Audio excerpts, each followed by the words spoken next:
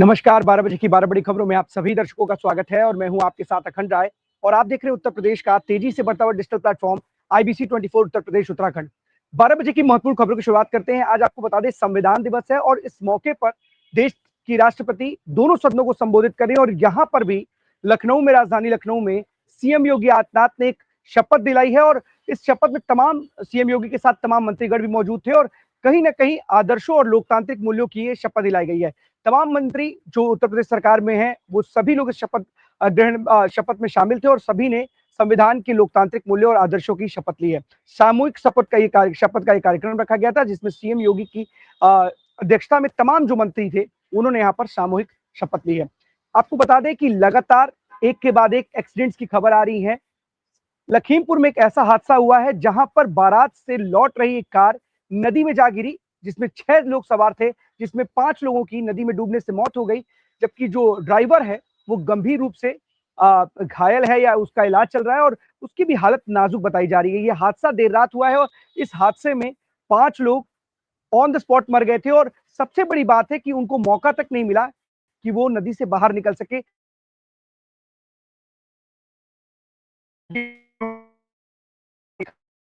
निकल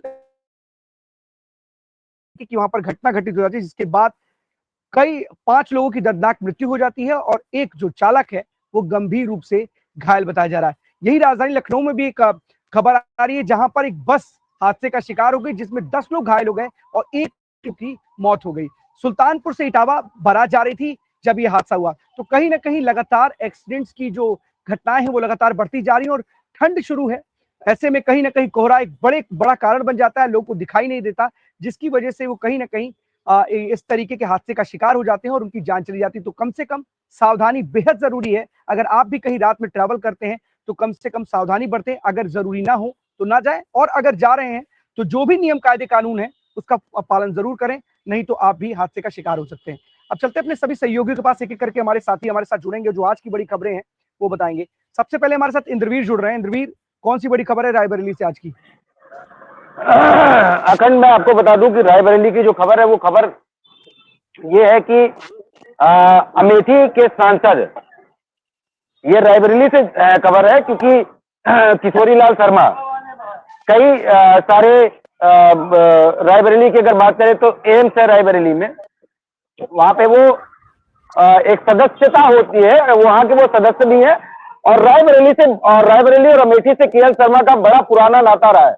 इससे पहले वो रायबरेली के जो है सांसद प्रतिनिधि हुआ करते थे और अब वो अमेठी से सांसद है।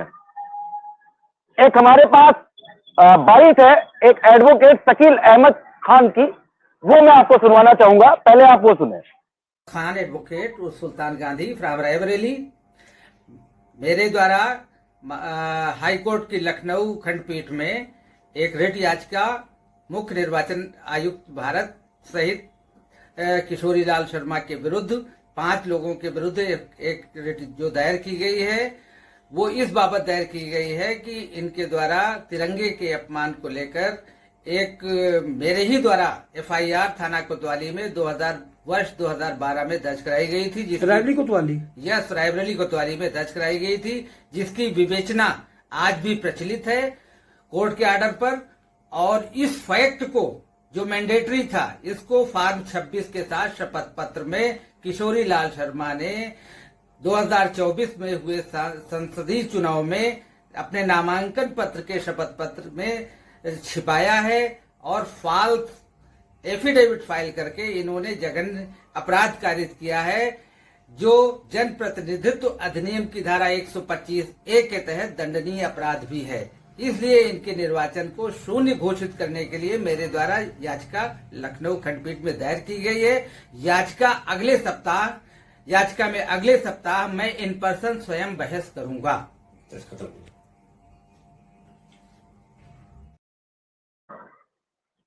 आप भी समझ गए होंगे और अब तक हमारे जो दर्शक है आईबीसी 24 की वो भी समझ गए होंगे। जो केएल शर्मा अमेठी से सांसद हैं और कभी रायबरेली सांसद का प्रतिनिधित्व करते थे और अगर बात करें सोनिया गांधी या प्रियंका गांधी या अगर राहुल गांधी की, और अगर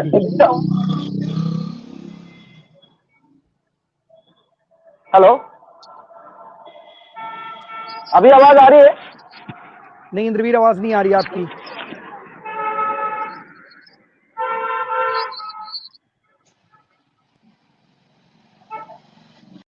अखंड अभी अभी आ रही है आवाज?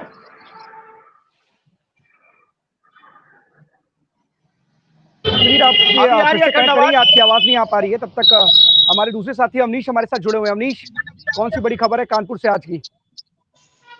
देखिए अखंड, जिस तरीके से जो है अयोध्या के राम मंदिर में कहीं ना कहीं जो धर्म ध्वजा को लहराया गया है, आपको बता दें कि कानपुर के लिए भी कहीं ना कहीं सौभाग्य की बात कही जा सकती है, क्योंकि जो ये ध्वज बनाया गया है, ये ध्वज जो है कानपुर के जो ऑर्डिनेंस का जो फैक्ट्री है, वहां पर जो पैरासूट जो विभाग है उसके द्वारा जो है कहीं ना कहीं इसको बनाया गया, और बड़ी ही शालीनता से जो यहाँ के जो अमनीश, आपकी भी आवाज नहीं आ रही है।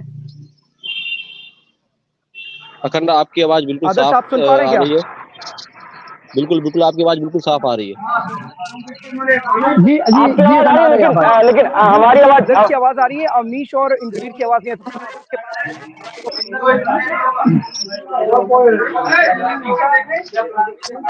जी अखंड, मेरी आवाज आ रही? बिल्कुल आदर्श, आपकी आ रही है आवाज। जी, हेलो, बताइए, आपकी आवाज आ रही है, अखंड मेरी बताइए। आवाज? जी अखंड जी, आज हम बताना चाहेंगे हरदोई जनपद में SIR काम जो है काफी जोरों से चल रहा है, और आज हम जिस जगह पर खड़े हैं, यहाँ पर हमारे पीछे आप देख सकते हैं, यहाँ जो जितने भी वार्ड हैं उस सभी वार्डों में यहाँ पर BLO लगाए गए हैं, और BLO यहाँ पर जो है फॉर्म भरने का कार्य कर रहे हैं। लेकिन सबसे बड़ी यहाँ समस्या यहाँ पर ये आ रही है कि जो लिस्ट BLO को यहाँ पर दी गई है, उस लिस्ट में अगर एक परिवार का एक नाम है तो दूसरी लिस्ट में दूसरे का नाम है, वो उस नाम को ढूंढने में भी दिक्कत आ रही है। और सबसे बड़ी बात हम बताना ये चाहेंगे आपको कि यहाँ पर जो लिस्ट है उस लिस्ट में नाम तो है ही, लेकिन उसके बाद हम ये भी एक समस्या उत्पन्न है कि SIR का मतलब कुछ जानकारी नहीं यहाँ पर लोगों के कि SIR का क्या मतलब होता है, ये फॉर्म किस लिए भरा जाता है। यहाँ के प्रशासन को कम से कम एक मीटिंग रखनी चाहिए थी, उनको बताना चाहिए था SIR क्या होता है, उसका क्या मतलब होता है। हमारे साथ यहाँ पर BLO भी बैठे हैं यहाँ पर हैं, और वहाँ ये सब देखिए कर्मचारी बैठे हैं यहाँ पर फॉर्म भर। हम आपको दिखा दें, मैम एक लिस्ट का, ये हमारे सामने देखिए, ये देखिए लिस्ट है। ये इस लिस्ट में ये एक किसी परिवार का इसमें एक नाम इसमें आ रहा है, तो दूसरा इस लिस्ट को खोलें तो यहाँ पर नाम आ रहा है, तो उस नाम को ढूंढने में कहीं ना कहीं बहुत बड़ी दिक्कत खड़ी हो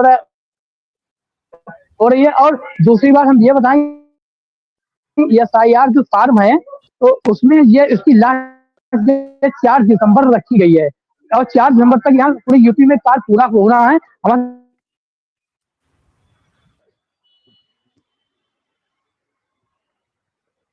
कुछ BLO हैं, उनसे जानकारी करेंगे। आखिर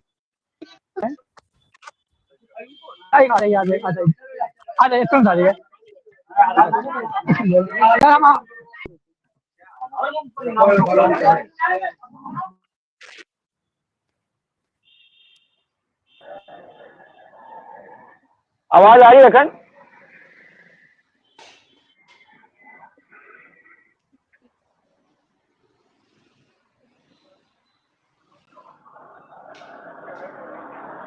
आदर्श, म्यूट कीजिए आप।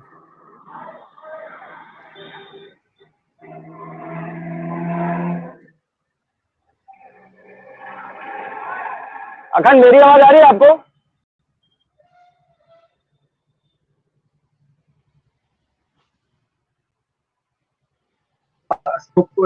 जी मेरी आवाज आ रही है अखंड जी? आदर्श आ रही है, बताइए। हमारे साथ इस समय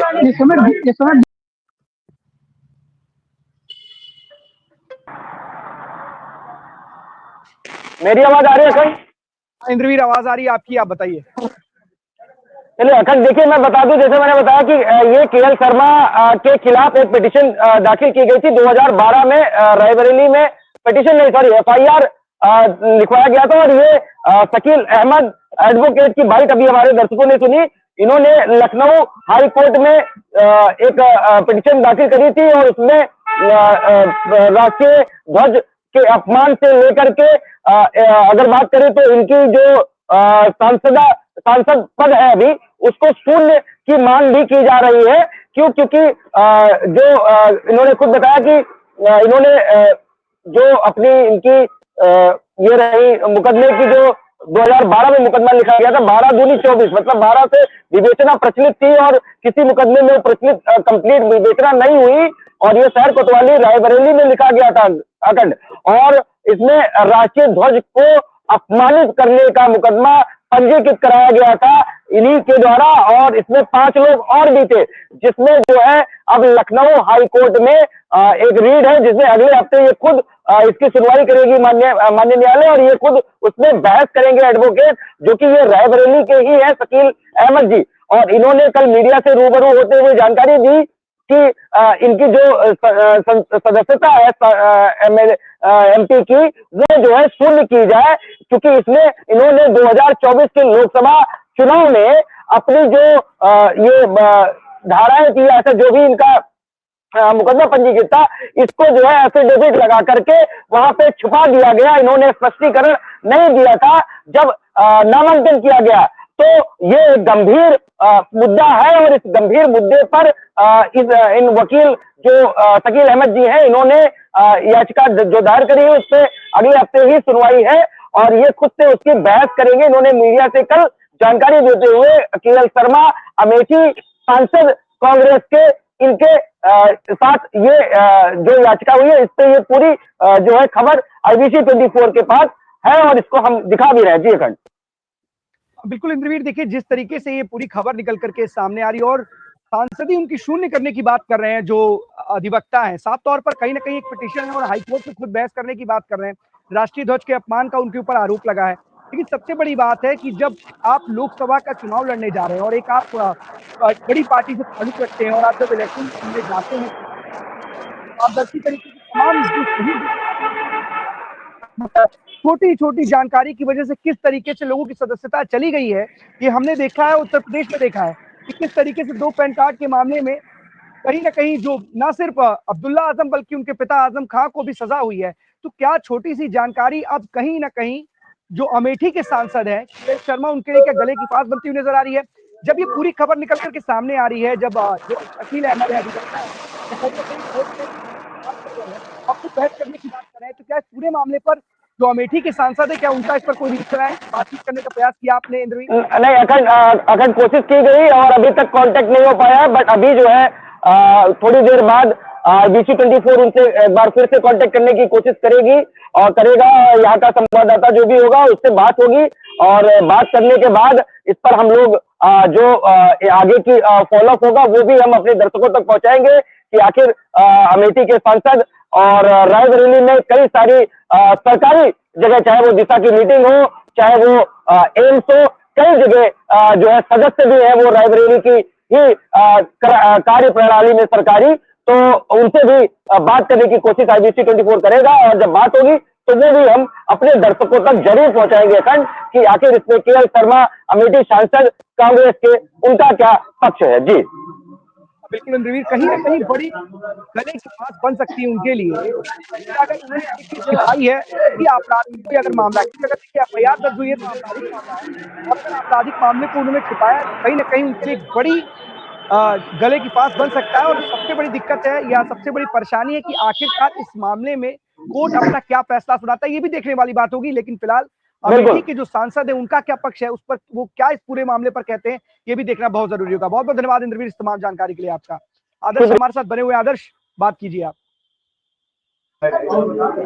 अखंड जी, आज हम फिर से अपनी उस खबर को रिपीट करेंगे। आदर्श आपकी आवाज खबर यहाँ पर फिर से आप करेक्ट करिएगा, आपकी आवाज नहीं आ रही है किसी कारणवश। तब तक जितेंद्र के पास चलते। जितेंद्र, कौन सी बड़ी खबर है बस्ती से आज की? बिल्कुल अखंड, बस्ती से अगर बड़ी खबर की बात की जाए, जिस तरीके से मेरठ में नीले ड्रम को लेके देखा गया था, फिलहाल आपको बता दें कि 13 तारीख को हुई शादी और अभी हाथ से मेहंदी का रंग उतरा ही नहीं था कि जो है पत्नी ने जो है अपने पति के ही अपने प्रेमी के साथ मिलकर हत्या कर दी। फिलहाल आपको बता दें कि जो युवक है उसकी शादी जो है अब गोंडा जिले में हुई थी। गोंडा जिले से बस्ती से बॉर्डर एक खोड़ारे गाँव वहां पे हुए थे। फिलहाल वो वहां से शादी करके जो अपनी पत्नी को लेके आया था, लेकिन महज कुछ ही दिनों के अंदर यानी 13 तारीख को शादी हुई थी, अभी कुछ ही क्षणों में कुछ ही दिन पहले उसकी जो फिर हत्या कर दी गई। फिलहाल आपको बता दें कि जो जो उसकी पत्नी है, उस पत्नी ने अपने जो है अपने प्रेमी के साथ मिलकर एक साजिश रची और साजिश रचने के बाद में उसे बुलाकर उसकी हत्या कर दी। फिलहाल आपको बता दें, ये लगातार इस तरीके से जो घटनाएं हैं लगातार देखने को मिलती है। कभी जो है कोई पत्नी प्रेमिका के साथ भाग जाती है, कभी कोई हत्या कर देता है। फिलहाल इस मामले को देखते हुए लगातार परिजनों को इस बारे में जब जानकारी लगी, उन्होंने तत्काल पुलिस को अवगत कराया और छानबीन की गई, तो पता चला कि जो उसकी पत्नी थी उसका ऑलरेडी किसी के साथ काफी लंबे समय से उसका प्रेम प्रसंग चल रहा था। और अगर वो शादी नहीं करना चाहती थी, लेकिन कहीं न कहीं जो घर वाले हैं लगातार किसी की बिना पूछे शादी कर देते, जिसका खामियाजा खास तौर पे अगर देखा जाए चाहे पति हो या पत्नी हो, उनको भुगतना पड़ता है। फिलहाल ऐसा ही मामला खंड देखने को मिला। फिलहाल पुलिस ने दोनों को हिरासत में ले लिया है और गिरफ्तार कर वैधानिक कार्रवाई कर जेल भेज दिया। लेकिन सवाल ये तब भी ये उठता है, क्या इस तरीके से घटनाएं जो लगातार हो रही है, क्योंकि अगर प्रेमी की बात की जाए या प्रेमिका की बात की जाए या शादीशुदा पत्नी है या उसका किसी गैर मर्द के साथ संबंध होता है, कहीं न कहीं ऐसे में परिवार वालों को इस घटना का दुखद जो चीज़ है वो भुगतना पड़ता है। अखंड। बिल्कुल जितेंद्र, देखिए सबसे बड़ी बात है कि शादी के कुछ दिन बाद ही जो उसका प्रेमी है उसके साथ मिल करके साजिश रच करके अपने पति की हत्या करवा दी जाती है। सबसे बड़ी बात है, अभी कुछ दिन ही बीतते हैं, कहीं ना कहीं मेहंदी तक नहीं उतरती है। लेकिन ये समाज में लगातार एक के बाद एक, चाहे मेरठ की मुस्कान वाला मामला हो, यार कहीं का भी हो, एमपी का मामला हो, राजा का मामला हो, तमाम जगहों से इस तरह की खबरें आती हैं कि शादी के बाद लोग अपने प्रेमी या जिसके साथ उनके संबंध उसके साथ मिल करके हत्या करवा दे रहे, चाहे पत्नी की या फिर पति की। तमाम ऐसे मामले निकल कर सामने आ रहे हैं। लेकिन यह सबसे बड़ी बात है जितेंद्र, ये जब पूरा मामला निकल करके सामने आया तो पूछताछ हुई, जानकारी निकल करके सामने आई, लेकिन वो पहले गुमराह करते हुए नजर आ रहे थे, क्योंकि बताया जा रहा है कि उसी मोहल्ले के रहने वाला वो लड़का था। क्या ऐसा है कि जो खबरें निकल करके सामने आ रही हैं, क्या वो मोहल्ले का ही रहने वाला लड़का था? लोग एक दूसरे को पहले से पहचानते थे और बता रहे हैं कि उसे घर के पास रास्ता पूछने के बहाने उसे लेकर के जाता है और उसका वहां पर मर्डर कर देता है। बिल्कुल अखंड, जिस तरीके से वहाँ जो लड़की थी वो जो है अपने नानी के घर वो लगातार वहाँ पे आई थी। वहाँ पे आने के बाद इन दोनों में प्रेम प्रसंग हुआ। प्रेम प्रसंग होने के बाद इस तरह की जो घटना है वो जिस घटना को अंजाम दिया। लेकिन कहीं न कहीं सवाल ये भी खड़ा होगा कि इतने लंबे समय से अगर प्रेम प्रसंग था, दोनों में प्रेम हो रहा था, क्या परिजन को इस बात की जानकारी नहीं थी? परिजनों ने ये सोचा कि शादी कर दिया जाए, सब ठीक-ठाक हो जाए, लेकिन कहीं न कहीं खामियाजा तो लड़के के परिवार वालों को भुगतना पड़ा। फिलहाल ये भी जानकारी मिली थी कि जिस तरीके से जो खबरें लगातार सामने आई हैं और गोंडा से भी बात की है, उनकी जो लड़की है उसकी माँ से भी बात की, उसने साफ बताया कि जिस लड़के से शादी की गई थी लड़का काफी अच्छा सज्जन था, रवादा भी था। लेकिन कहीं न कहीं सवाल यही खड़ा होता है, क्या अगर परिजनों को जानकारी थी तो क्या इस तरह की चीजें कर रहे हैं? ये स्वाभाविक बात है या क्योंकि उसका खामियाजा जिस तरीके से जो लड़की के परिवार वाले हैं उसको भुगतना पड़ रहा है। रिसेंटली अभी कल भी मैंने एक खबर फाइल की थी और भी और भी, ये इससे भी चलता था। उसमें 3 बच्चे की माँ है, वो भी एक आदमी के साथ में वो भी जो है उसके साथ उसका प्रेम प्रसंग होता है, जहाँ परिवार वालों को ध्यान रखना चाहिए। वो भी प्रेम प्रसंग के हाल में था, उसे भी जो है मौत के घाट जो उसके जो प्रेमी है उसने उतार दिया। लेकिन सवाल ये उठता है कि इस तरीके से घटना समाज को कहीं न कहीं चिन्होनी जैसी ये घटनाएं सामने आती है।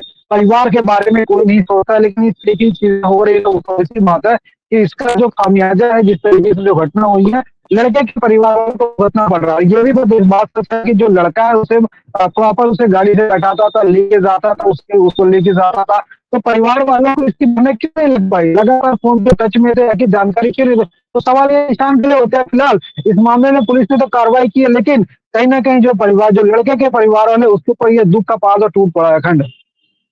बिल्कुल जितेंद्र, लगातार इस तरीके की मामले सामने आ रहे हैं।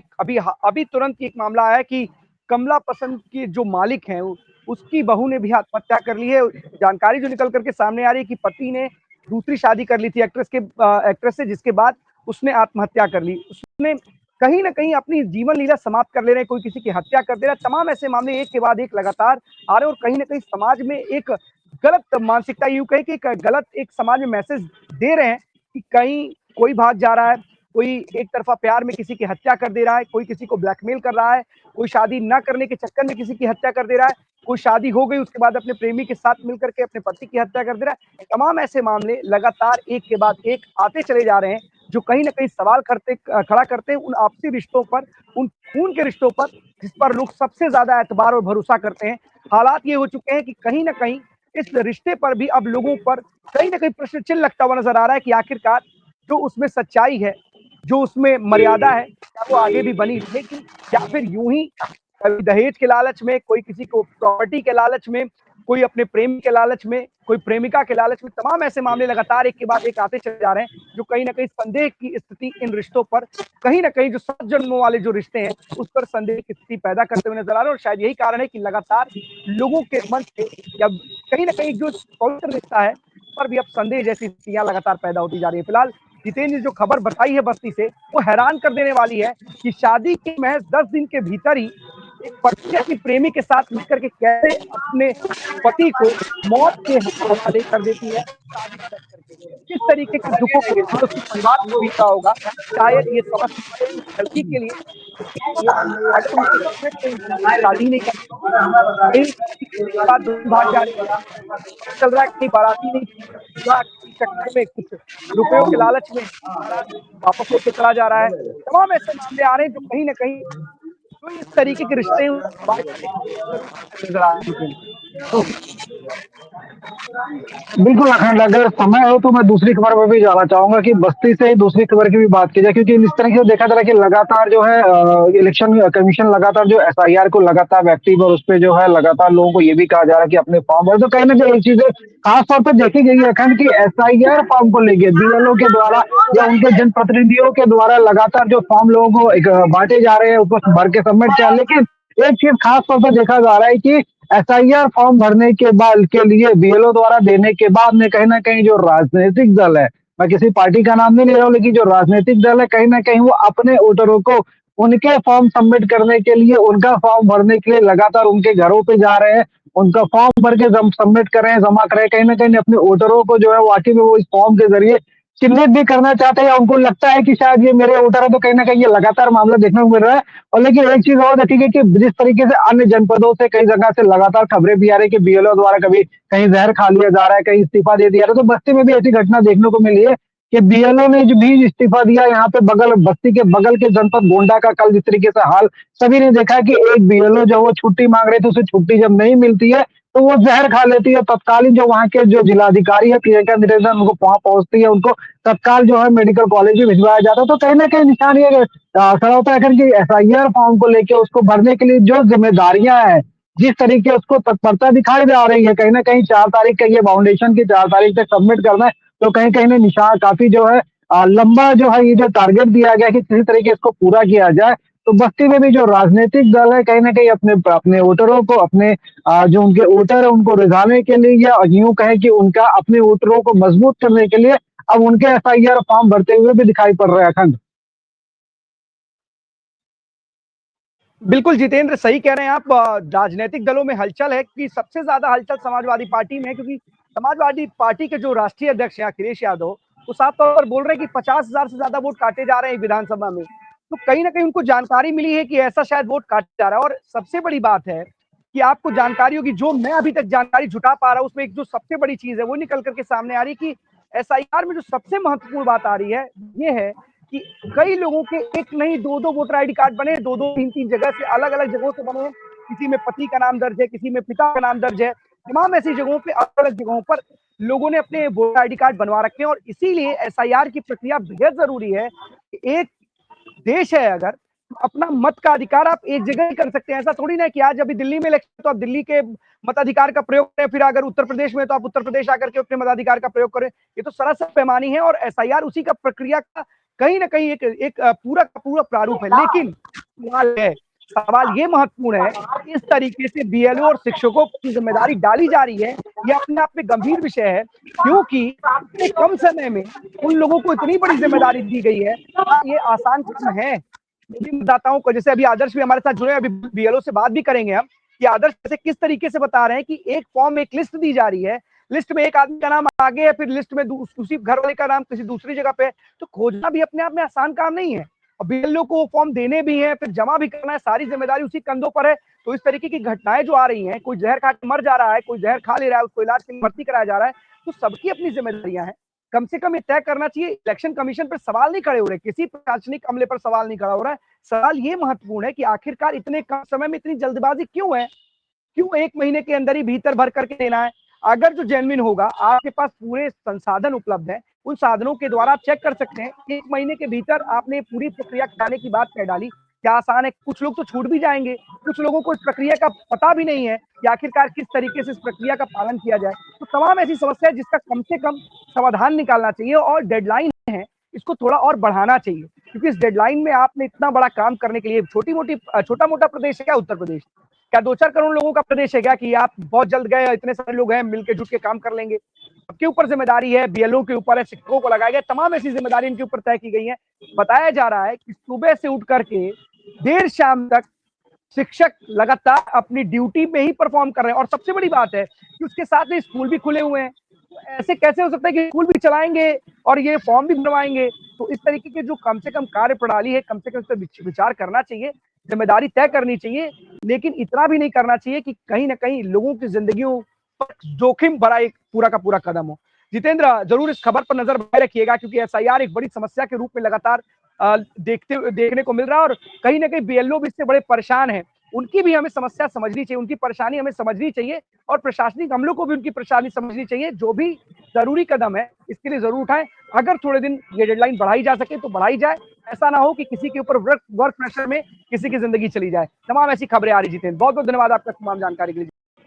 आदर्श हमारे साथ बने हुए। आदर्श, अगर बीएलओ से हो सके तो बात करिएगा, जरूर पूछिए कुछ कंफ्यूजन। जी अखंड जी मैं बताना चाहूंगा एसआईआर को लेकर यहाँ पर जो पब्लिक को समस्याएं ये उत्पन्न हो रही है कि एसआईआर आखिर क्या चीज होता है, ये सारी बताना ये चाहेंगे कि जो यहाँ पर बीएलओ को लिस्ट दी गई है उस लिस्ट में एक भाई का नाम अलग है तो दूसरी लिस्ट में दूसरे भाई का नाम है, इसलिए भी कहीं ना कहीं दिक्कतों का सामना करना पड़ रहा है। हमारे साथ इसमें बीएलओ हैं, हम उनसे बात करेंगे आखिर उनको किस समस्या का सामना करना पड़ रहा है।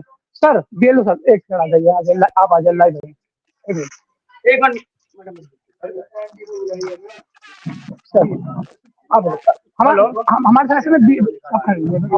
हमारे साथ इसमें बीएलओ सर है, मुझसे जानकारी करेंगे क्या सर यहाँ पर कोई एसआईआर को लेकर एक समस्याएं आ रही हैं कि एसआईआर क्या है और उसका क्या मतलब होता है वो जानकारी नहीं है। दूसरी बात हम प्रश्न आपसे ये कर रहे हैं कि यहाँ पर जो लिस्ट आप लोगों को दी गई है उस लिस्ट में एक का नाम तो अलग है, दूसरी लिस्ट में दूसरा नाम है, ऐसा सब क्यों हो रहा है? सर क्या कहना चाहिए आप? अरे ये ऐसा है कि ये सघन मतदाता पुनरीक्षण अभियान चल रहा है और इसमें जो भी लिस्टें हैं उसमें एक परिवार एक जगह पर नहीं है, मतलब अलग अलग परिवार के लोग हैं, मतदाताओं को अपना नाम ढूंढने में कठिनाई हो रही है।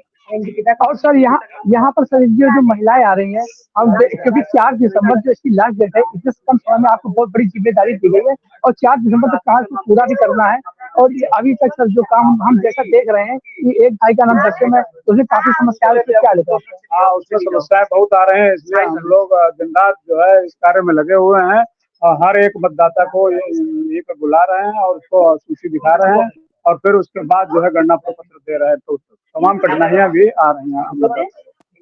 जबकि अगर मैं बताता हूँ कि जी आदर्श, जरा बीएलओ साहब से एक चीज है, थोड़ा आसान प्रक्रिया में बता दें, समझा दें कि ये पूरा फॉर्म है भरना है और कौन से लोग, क्योंकि कुछ ऐसी चीजें बहुत 2-2, 3-3 जगह के मतदाता पत्र बने हुए हैं, वोटर आईडी कार्ड बने हुए हैं।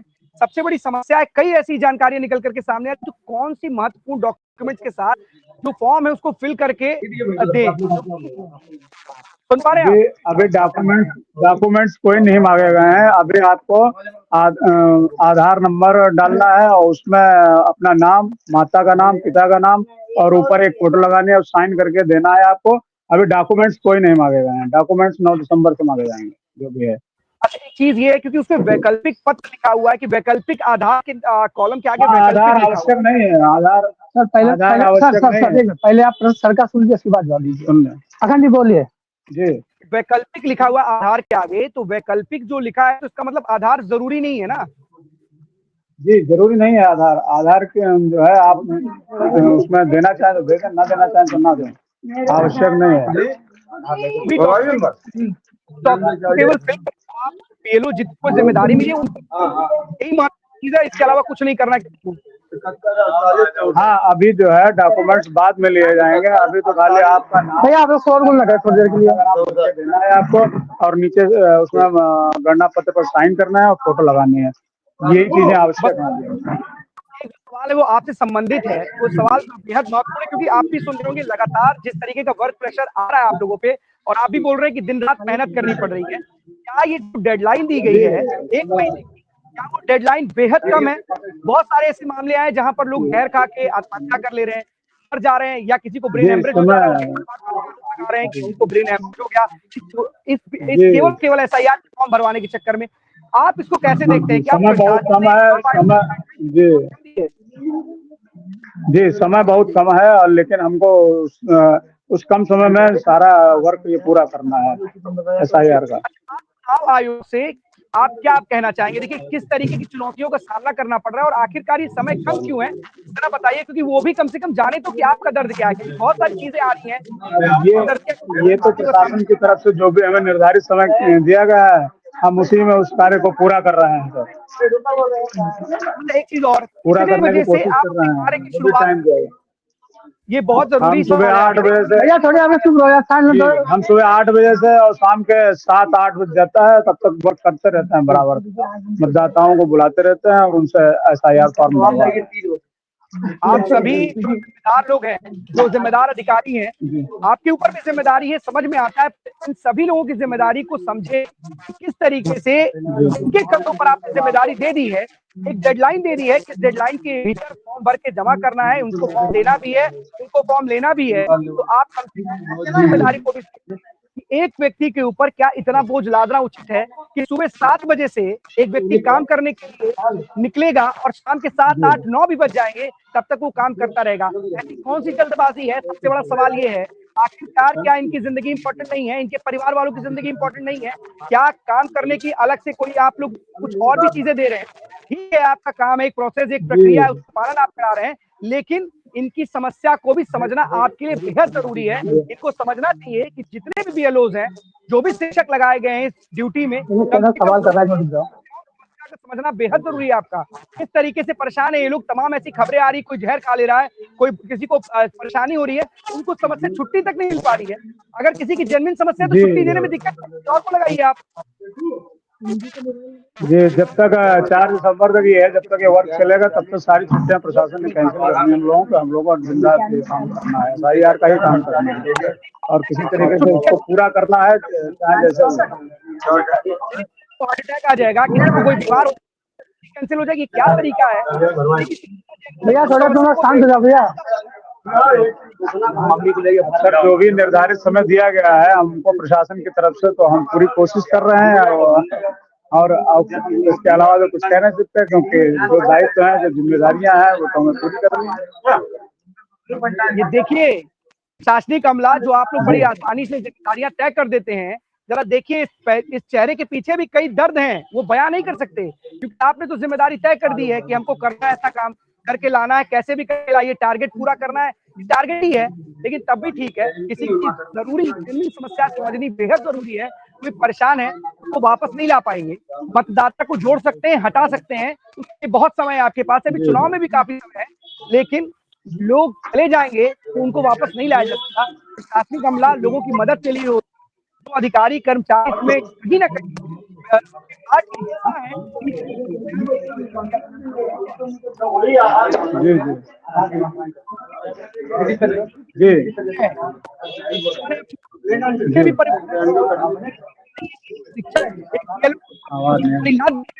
और तबियत काम करिए के शाम के 8 बजे तक, ऐसा नहीं, लाइन को आप थोड़ा बढ़ाना चाहिए, और भी परेशानी है जी आवाज नहीं, अखंड जी आपकी आवाज नहीं आ रही है, तो यहाँ पर थोड़ी आवाज की प्रॉब्लम आ रही है। हम आपको बताना चाहेंगे, यहाँ पर बीएलओ के कंधे पर काफी जिम्मेदारी है, और 4 दिसंबर जो कि डेट दी गई है, उन कम समय में कार्य भी करना इनको पूरा है, और उस कार्य करने के लिए बात करें यहाँ की लिस्टों की, लिस्ट जो है काफी गड़बड़ है। यहाँ पर अगर किसी भाई का नाम एक लिस्ट में तो दूसरे में, तो ये ढूंढने में थोड़ी समस्याएं पैदा हो रही हैं। और दूसरी बात, मैं अभी हरदोई जनपद चूंकि हमारा पूरा है, तो हम अभी एक लोनार थाना क्षेत्र के अंदर गए थे, तो वहाँ पर जो समस्याएं थी, वहाँ पर बताया गया कि एसआईआर का क्या मतलब होता है, एसआईआर की जानकारी ही नहीं है। तो आज हमने बीएलओ के माध्यम से ये तो कंफर्म करा कि एसआईआर क्या होता है और कैसे क्या फॉर्म भरते, तो ये कहीं ना कहीं एक देखा जाए बहुत बड़ी समस्या खड़ी है फॉर्म को लेकर। जी अगर बिल्कुल आदर्श, ये समस्या बड़ी है, ये साफ तौर पर देखी जा रही है कि किस तरीके से एक बीएलओ के ऊपर सारी जिम्मेदारी थोपी जा रही है, और एक डेडलाइन के अंदर ये काम पूरा करके वापस उनको देना भी है। बहुत बड़ी बात है, बहुत परेशानियां, बड़ी समस्या उनके कंधों पर रखी गई है। कम से कम उनके दर्द, उनकी परेशानी को समझना भी आपकी जिम्मेदारी है। आप तो कम से कम समझिए, इस डेडलाइन को भले बढ़ाना पड़े, बढ़ा दीजिए, क्योंकि राजनीतिक दल तो अपने वोटर कटे ना, इसलिए पूरी तरीके से शिद्दत के साथ लगे हुए हैं। लेकिन कम से कम आपको समझना चाहिए कि ये बीएलओ का भी परिवार है, उनकी भी जिंदगी है, कहीं ना कहीं इस काम के चक्कर में उनकी जिंदगी खतरे में डालने का आपके पास कोई अधिकार नहीं है। बहुत बहुत धन्यवाद आदर्श इस तमाम जानकारी के लिए आपका, क्योंकि जिस तरीके से आदर्श दिखा रहे हैं, बताइए जी, अगर हम बताना ये चाहेंगे कि बीएलओ के पास क्योंकि 4 दिसंबर फॉर्म भरने की लास्ट डेट है, प्रशासन को और यूपी शासन को ये भी चाहिए कि 4 दिसंबर की डेट अगर बढ़ा दी जाए तो बीएलओ की जो जिम्मेदारी है थोड़ी और कम हो जाएगी और समय उनको मिल जाएगा। तो जो फॉर्म नहीं भरे जा रहे हैं उस फॉर्म को भी भरने में थोड़ी दिक्कतों का सामना नहीं करना पड़ेगा। ये भी एक बहुत बड़ी समस्या है। ये जो 4 दिसंबर की जो लास्ट डेट दी गई है उस डेट को बढ़ा देना चाहिए, जिससे बीएलओ यहाँ आराम से कार्य कर सके। और जो यहाँ पर देखिए सभी लोग यहाँ पर सभी कार्य करके बैठे हुए हैं, यहाँ पर जो कर्मचारी देखिए सभी बीएलओ लगे हुए हैं और डोर टू डोर जाके यहाँ पर सभी फॉर्म भर रहे हैं और यहाँ पर जो मतदाता आ रहे हैं उनका भी निस्तारण कर रहे हैं। जी अखंड क्या करें, वो उनकी जिम्मेदारी है, प्रशासन ने उनको जिम्मेदारी दे रखी है, चुनाव आयोग ने डेडलाइन तय कर रखी है। अब उस डेडलाइन के भीतर तो उनको काम करना ही पड़ेगा और वो अपनी जिम्मेदारी को भी समझते हैं, इसलिए उन्होंने अपनी नींद भी हराम कर दी है काम को पूरा करने के लिए। लेकिन अपने आप में एक बड़ी बात है, समझना पड़ेगा, आप समझनी पड़ेगी, इसकी भी परेशानियों को भी आपको कंसीडर करना पड़ेगा। ऐसा नहीं है कि काम इतना ज्यादा जरूरी है कि किसी की जिंदगी चली जाए। बहुत से ऐसे मामले निकल करके सामने आ रहे हैं जहां बीएलओ की मौत की खबरें आ रही हैं, उनके परिवार वाले एसआईआर को लिए जिम्मेदार ठहरा रहे हैं कि जो एसआईआर का वर्कलोड है वो कहीं ना कहीं उनके लिए काल बन करके आया है और उनको उनकी जो जिंदगी है वो लगातार खतरे में पड़ती हुई नजर आ रही है। फिलहाल आदर्श इस पूरी खबर पर नजर बनाए रखिएगा, क्योंकि एसआईआर की जो प्रक्रिया है वो बेहद सरल तो बताई जा रही है, पर बीएलओ के लिए बेहद कठिन रूप में, प्रारूप में, और कहते हैं ना कि जो उनके ऊपर बर्डन मिल रहा है वो कहीं ना कहीं उनके लिए परेशानी का सबब जरूर बन रहा है। बहुत बहुत धन्यवाद आदर्श इस तमाम जानकारी के लिए। देखिए आदर्श ये दिखा रहे थे कि किस तरीके से एसआईआर की प्रक्रिया का पालन कराने में जो बीएलओ हैं उनके पसीने छूट रहे हैं। लिस्ट में एक भाई का नाम पहले पे है, फिर कहीं आगे है, तो तमाम ऐसी समस्या है जो लगातार इन बीएलओ के सामने आ रही हैं। इनकी भी जिंदगी है, इनका भी परिवार है, इनकी भी परेशानियां हैं, इसको भी हमें कंसीडर करना पड़ेगा, हमें समझना पड़ेगा। ऐसा नहीं है कि हम अपने डेडलाइन के लिए, अपने काम को पूरा कराने के लिए किसी के ऊपर या किसी के गर्दन पर तलवार रख करके उससे काम कराएं। ये बहुत गलत बात है। ये कहीं ना कहीं एक उस तरीके का काम है जो समझाए, क्योंकि अभी चुनाव बहुत टाइम है, उत्तर प्रदेश में इलेक्शन के लिए भी काफी समय है।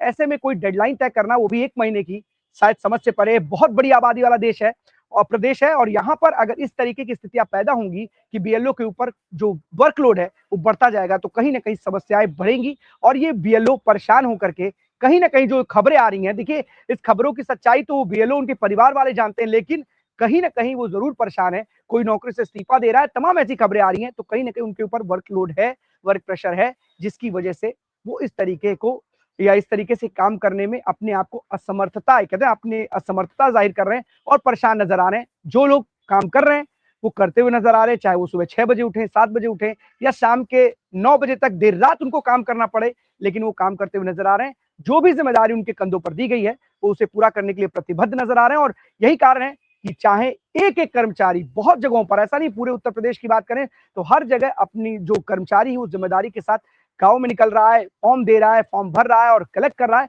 तो तमाम ऐसी चीजें हैं जो उनके सामने समस्या बनी हुई है। ये देखने वाली बात होगी, समझने वाली बात होगी कि कैसे इस तरीके की चीजों को या कैसे इसको सॉल्व आउट किया जाए, क्योंकि डेडलाइन के अंदर ही इस पूरी प्रक्रिया का पालन करना और डेडलाइन के अंदर इस पूरे काम को पूरा करना है। एक खबर और भी बेहद जरूरी है राजधानी लखनऊ से, क्योंकि सीएम योगी ने जिस तरीके से जो बाहर के लोग हैं, जो घुसपैठिए हैं, जो अवैध तरीके से आकर रह रहे हैं, उनके लिए डिटेंशन सेंटर दिल्ली की तर्ज पर बनाने के लिए कहा है। अधिकारी इस पर जुट गए हैं और कहीं ना कहीं इसके लिए शुरुआत कर चुके हैं और तमाम जिलों में इसके लिए डिटेंशन सेंटर बनाए जाएंगे।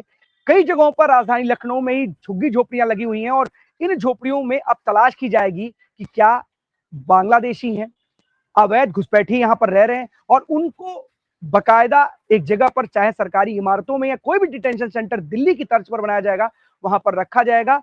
और सबसे बड़ी बात है कि इनको बाहर करने के लिए अब कहीं ना कहीं प्रदेश सरकार के साथ साथ अधिकारी पूरी तरीके से प्रतिबद्ध नजर आ रहे हैं और अब एक अभियान चला करके इनको डिटेंशन सेंटर में रखने के लिए पूर्णतः एक तरीके से एक पूरी प्रक्रिया को शुरुआत कर चुके हैं। हाल फिलहाल में देखना होगा कि कितने ज्यादा तादाद में यहाँ पर जो जो घुसपैठिए हैं, जो बोल रहे हैं कि घुसपैठिए हैं, जो बाहर से आकर के रह रहे हैं, बांग्लादेशी हैं, वो कितनी बड़ी तादाद में यहाँ पर रह रहे हैं, ये भी देखने वाली बात होगी, क्योंकि साफ तौर पर इनको बाहर करने की बात मुख्यमंत्री योगी आदित्यनाथ द्वारा की गई है। अब देखने वाली बात होगी कि सरकार के जो नुमाइंदे हैं, जो प्रशासनिक अमला है, वो किस तरीके की तैयारी करता है, कौन से डिटेंशन सेंटर बनाता है और कितने लोगों को यहाँ से बाहर भेजता है। तो 12 बजे 12 बड़ी खबरों में आज के लिए बस इतना ही। कल हम आपके सामने फिर से होंगे हाजिर, तब तक के लिए दीजिए हमें इजाजत। धन्यवाद।